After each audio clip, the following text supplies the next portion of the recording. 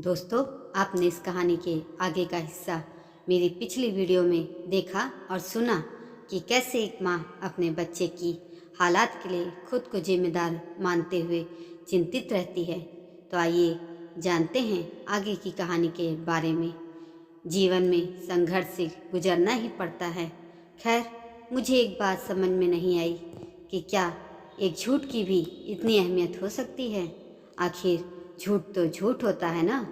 फिर डॉक्टर प्रमोद ने सौरभ से यह झूठ क्यों कहा कि तुम्हारे पाँव में अब इम्प्रूवमेंट होने लगी है। वेल डन, तुम बहुत जल्दी दौड़ने लगोगे। यह शब्द जब मेरे कानों में पड़े तो मैं भी चहक गई थी, लेकिन काश उन बातों में थोड़ी सच्चाई होती।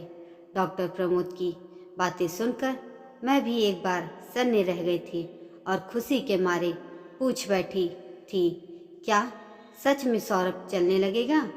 और डॉक्टर प्रमोद हामी भर रहे थे। सारी सच्चाई जानकर मेरा डॉक्टर प्रमोद के लिए गुस्सा और बढ़ गया कि वह मेरे बच्चे को झूठी तसल्ली क्यों दे रहे थे। उसे वास्तविकता से अनजान क्यों रखा जा रहा था। जब उसे खुद की वास्तविकता पता चलेगी तब उस पर क्या गुजरेगी। लेकिन मैं कितनी गलत थी। डॉक्टर प्रमोद का एक झूठ ही है जिसने सौरभ के चेहरे पर मुस्कान, चमक और जीने की आशा ला दी है। उसका बेजान शरीर भी अब इस उम्मीद से हरकत करता है कि एक दिन सब ठीक हो जाएगा। शायद इसी को आशा कहते हैं। लेकिन एक झूठ भी इंसान को इतना आशावादी बना सकता है, यह मैंने कभी नहीं सोचा था। पर जो था सो था। डॉक्टर प्रमोद के एक झूठ से सौरभ की जीने की इच्छा और कुछ करने की इच्छा बलवती हो गई। सौरभ ने कभी इतने उत्साह से नहीं कहा कि माँ मुझे खाना चाहिए, लेकिन आज कहा उसने कि मुझे खाना दो ताकि मैं स्ट्रांग बन सकूँ।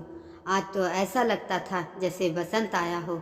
हर शाख पुलकित पुलकित थी। सूरज की धूप भी सुहावनी थी। मैं बालकनी में खड़ी सौरभ को देख रही थी, जो नीचे गार्डन में अपनी कजन सिस्टर के साथ लूडो खेल रहा था। दूर से ही मुझे देखकर मुस्कुराया और बोला, मम्मी प्यास लगी है, पानी लाओ। मैं तुरंत सीढ़ियाँ उतरती हुई रसोई घर में से गिलास में पानी भरकर गार्डन की ओर गई तो देखा कि लूडो बिखरा पड़ा था और सौरभ की आंखों में आंसू आए हुए थे। मुझे देखकर बोला, नीतू बोल रही है कि डॉक्टर अंकल झूठे हैं, मैं कभी नहीं चल सकता। माँ, मैंने कहा, नहीं, नीतू एक झूठी लड़की है, तुम जल्दी ही चलने लगोगे और डॉक्टर अंकल ने सही कहा है। मैं भी अब सच को छुपाने की कोशिश कर रही थी। वह बोला, पक्का ना? मैं बोली, हाँ पक्का। वह बोला, अब मैं नीतू के साथ कभी नहीं खेलूँगा। झूठी लड़की, एक नंबर की झूठी है वो, बैड गर्ल। जिस आशा के पेड़ पर लगे फूल जो अभी अभी मुरझा रहे थे, इसका ही मुझे डर था। लेकिन सच को छुपाने से अब वो फूल फिर से खिल उठे थे। सब ठीक था और सब ठीक हो जाएगा के साथ मैंने भी एक झूठ को बोल दिया। दोस्तों, यह कहानी आपको कैसी लगी कमेंट करके ज़रूर बताएं। अगर यह वीडियो पसंद आया हो तो लाइक करें और मेरे चैनल को सब्सक्राइब ज़रूर करें। धन्यवाद।